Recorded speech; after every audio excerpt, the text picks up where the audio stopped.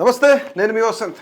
ఈరోజు ఆంధ్రప్రదేశ్ రాష్ట్ర వ్యాప్తంగానే కాకుండా రెండు తెలుగు రాష్ట్రాల్లో పోసాని కృష్ణమురళి యొక్క అరెస్ట్ సంచలనం అయింది. ముఖ్యంగా ఆయన పైన ఏమేం కేసులు పెట్టారు, ఎందుకు అరెస్ట్ చేశారు మనం ముందు చూసినట్లయితే ఇక్కడ పోసానికి సంబంధించి ఒక ఎఫ్ఐఆర్ కాపీ కూడా రిలీజ్ చేయడం జరిగింది. ఇక్కడ అండర్ సెక్షన్ 196, 353 ఆఫ్ 2 అలాగే 111R/W 3 of 5 of the BNS act 2023 ప్రకారం కూడా ఆయన నాన్ బెయిలబుల్ కేసు కింద అరెస్ట్ చేశారు. ముఖ్యంగా పోసాని కృష్ణమురళిని అరెస్ట్ చేయడానికి కొన్ని ముఖ్యమైన కారణాలు ఉన్నాయి. గతంలో వైసీపీ అధికారంలో ఉన్నప్పుడు Posani Krishnamurali film corporation development చైర్మన్గా ఉన్నారు.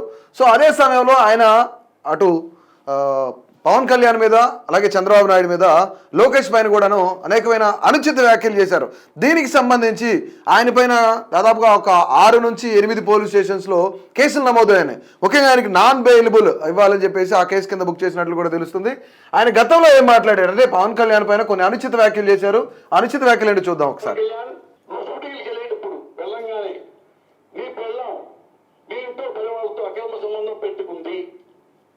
అని ఎవరో చెప్పారు, నిజమా కాదా? ఆ బిడ్డలు నీకు పుట్టలేదంట, పని వాళ్ళకే పుట్టారంట. రైట్, ఇలాంటి వ్యాఖ్యలు ఏవైతున్నాయో పోసాని కృష్ణమురళి చేయడంతో గతంలో ఆయన ఏవైతే వ్యాఖ్యలు చేశారో ఆ వ్యాఖ్యలు చేయడం వల్లనే ఇప్పుడు అరెస్ట్ జరిగింది అని చెప్తా ఉన్నారు.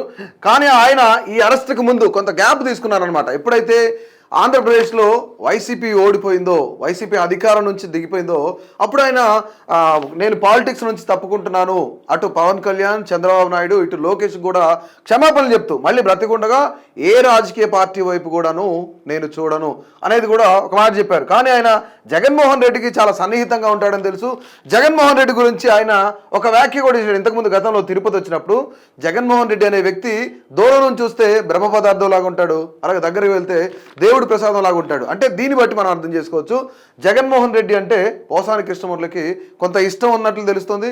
ఆయన మీద అభిమానం, అంటే జగన్మోహన్ రెడ్డి మీద ఉన్న అభిమానం ఎవరి మీద లేదు అని కూడా మనం అనుకోవచ్చు. సో రాజకీయాల నుంచి తప్పుకుంటున్నప్పుడు ఆయన ఏ విధంగా మాట్లాడాడో మనం ఒకసారి వినే ప్రయత్నం చేద్దాం. ఇన్ని సంవత్సరాల పాటు నన్ను ఆదరించారు. ఇక్కడ నుంచి ఈ రోజు నుంచి నేను చనిపోయేదాకా నా బిడ్డల కోసం, నా కుటుంబం కోసమే నేను బతుకుతాను. ఏ రాజకీయాల గురించి నేను మాట్లాడను. ఏ ఒక్క రాజకీయాల గురించి కూడా మాట్లాడను. నాకు బాగా రాజకీయ నాయకులందరికీ నేను నమస్కారం చెబుతూ ఇన్ని సంవత్సరాల పాటు నన్ను ఆదరించారు. అందుకని ఇక్కడ రైట్, అంటే ఇక్కడ నుంచి నేను కేవలం నా బిడ్డల కోసం, నా ఫ్యామిలీ కోసం బతుకుతాను. ఏ రాజకీయ పార్టీల్లో ఇక ముందు నేను కొనసాగేది లేదు అంటూ ఆయన కొద్ది కాలం క్రితం క్విట్ అయిన పరిస్థితి ఉంది రాజకీయాల నుంచి. కానీ ఇక్కడతో తెలుగుదేశం పార్టీ నాయకులు కానీ, అటు జనసేన నాయకులు కానీ, కార్యకర్తలు కానీ ఇక పోసాని కృష్ణమురళి అరెస్ట్ అనేది ఉండదు. ఎందుకంటే బహిరంగ క్షమాపణలు చెప్పాడు. పవన్ కళ్యాణ్, లోకేష్, నారా చంద్రబాబు నాయుడికి వీళ్ళ ముగ్గురిని క్షమించమని కూడా అడిగాడు ఆయన ఎన్నికల అనంతరం, పార్టీ ఓడిపోయిన తర్వాత పాలిటిక్స్ నుంచి ఎగ్జిట్ అయ్యే ముందనమాట. సో ఆయన ఇక సొంత సామాజిక వర్గం కాబట్టి ఆ విధంగా క్షమాపణలు అడిగారు కాబట్టి సో ఖచ్చితంగా చంద్రబాబు నాయుడు, లోకేష్ కూడాను ఆయన గురించి పట్టించుకోరేమో అనుకుంటున్న తరుణంలోనే ఆంధ్రప్రదేశ్లో ఒక ఇన్సిడెంట్ జరిగింది. ఏదైతే జీవీ రెడ్డి, ఫైబర్ నెట్ చైర్మన్గా ఎన్నికైన జీవీ రెడ్డి ఎవరైతే ఉన్నారో ఆయన పదవి తీసుకున్న తర్వాత కొన్ని సంస్కరణలకు దాదాపుగా 400 మంది అందులో ఉద్యోగులు ఎవరైతే ఉన్నారో వాళ్ళందరినీ కూడాను తీసేసే ప్రయత్నం చేసేదానికి కూడాను ఆయన ప్రయత్నం చేశారు. ఏపీ ఫైబర్ నెట్ని డెవలప్ చేయడానికి నేను అహర్నిశలు పనిచేస్తున్నాను, కానీ అక్కడున్న డైరెక్టర్ కానీ, అక్కడున్న ఐఏఎస్ అధికారులు కానీ ఎవరు కూడా సరిగ్గా రెస్పాండ్ అవ్వట్లేదు. అంటే ఇంకా వైసీపీకి సంబంధించిన వైసీపీకి సంబంధించిన నేతలు కానీ, వైసీపీకి మంచి చేయాలనే నేతలు అందులో ఉన్నారు. ఆ డైరెక్టర్ కానీ మిగతా ఎవరైతే అధికారులు ఉన్నారో వాళ్ళందరూ కూడాను వైసీపీ తరఫున ఉన్న వాళ్ళు మాత్రమే ఉన్నారు. అలాంటి వాళ్ళని తీసేయడానికి నేను ప్రయత్నం చేస్తున్నా సరే కనీసం డైరెక్టర్ సహకరించట్లేదు అని చెప్పేసి చంద్రబాబు నాయుడికి చెప్పడంతో బహిరంగంగా లేఖ రాసి ఆయన పార్టీ ప్రాథమిక సభ్యత్వానికి అలాగే చైర్మన్ పదవికి కూడా రాజీనామా చేసిన పరిస్థితి ఉంది. ఒక్కసారిగా అక్కడున్న ఐఏఎస్లు ఎవరైతే ఉన్నారో వాళ్ళందరూ కూడాను వాళ్ళు ఆగ్రహం వ్యక్తం చేయడం, దాని గురించి మాట్లాడడం, చంద్రబాబు నాయుడు దగ్గరికి వెళ్ళి ఎక్స్ప్లెయిన్ చేయడం వల్ల చంద్రబాబు నాయుడు, లోకేష్ ఇద్దరు కూడా మందలించిన పరిస్థితి ఉంది. సో ఈ ఎట్టకేలకు జీవీ రెడ్డి ఆయన చైర్మన్ పదవి నుంచి ప్రాథమిక సభ్యత్వానికి తప్పుకోవడంతో, అంటే జీవీ రెడ్డి అంటే దాదాపుగా తెలుగుదేశం పార్టీ వాయిస్గా పనిచేసిన వ్యక్తి, ఏ ఛానల్లో కనిపించినా సరే, ఏ పత్రికలో కనిపించినా సరే ఆయన వాయిస్ కానీ పార్టీ కోసం చంద్రబాబు నాయుడు లోకేష్ గురించి కానీ ఎట్లా మాట్లాడారో మనకందరికీ తెలిసిన విషయమే. ఇక అలాంటి వ్యక్తికే ఈరోజు అన్యాయం జరిగింది. పార్టీ కేడర్ అంతా కూడా నిరుత్సాహంలో ఉన్నారు. అంటే చంద్రబాబు నాయుడు ఎందుకు పట్టించుకోవడం లేదు అంటే గతంలో తప్పులు జరిగిన వాటన్నింటినీ కూడా పట్టించుకోవట్లేదు. ఆ తప్పులు జరిగినాయి అని ఎత్తి చూపించిన ఒక మనలాంటి టీడీపీ కార్యకర్త ఈరోజు ప్రాథమిక సభ్యత్వానికి కూడా రాజీనామా చేశాడు, ఒక చైర్మన్ పదవికి కూడా రాజీనామా చేశాడు అని చెప్పేసి టీడీపీ శ్రేణులంతా అసంతృప్తితో ఉండడంతో ఇక్కడ ఎట్టకేలకు దీన్ని ఒక డైవర్ట్ చేయాలి అనే నెపంతో ఒక కార్యక్రమాన్ని చేపట్టారు. అదే రెడ్ బుక్ అనమాట. రెడ్ బుక్ని మళ్ళీ తెరపైకి తీసుకొచ్చి అంటే ఆంధ్రాలో జరుగుతున్న పాలిటిక్స్ ఏదైతే ఉందో పార్టీకి సంబంధించి చెడ్డ పేరు వస్తుంది, కార్యకర్తలు అసంతృప్తితో ఉన్నారు, నేతలు అసంతృప్తితో ఉన్నారు, వాళ్ళందరినీ చల్లబరచాలంటే సో ఖచ్చితంగా డైవర్షన్ అనేది చేయాలి అని చెప్పేసి భావించారని ఒక ప్రచారం జరుగుతుంది. దానికి నిమిత్తమే రెడ్ బుక్ని మళ్ళీ తెరపైకి తీసుకొచ్చారు. అంటే రెడ్ బుక్లో ఉన్న వ్యక్తులలో టాప్ 10 కాదు టాప్ 5లో ఉన్న వ్యక్తిని ఎవరినైనా అరెస్ట్ చేస్తే సో డెఫినెట్లీ ఇదంతా ఈ జీవీ రెడ్డి వ్యవహారం అంతా డైవర్ట్ అవుతుంది.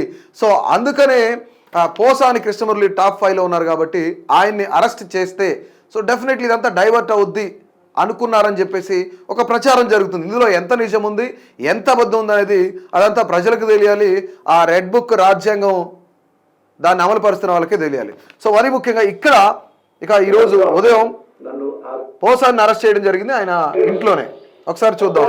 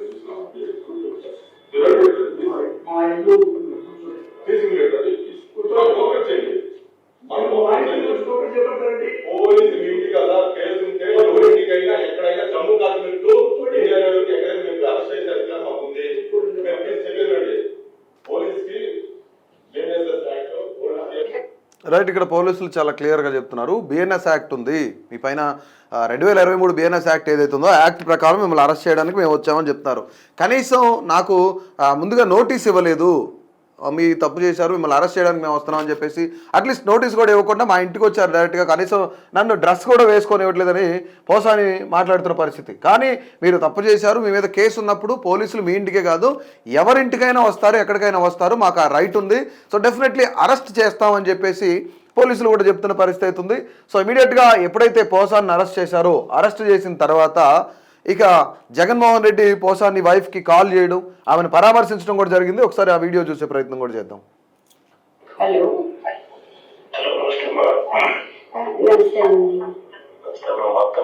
అందరం తోడుగా ఉన్నామా.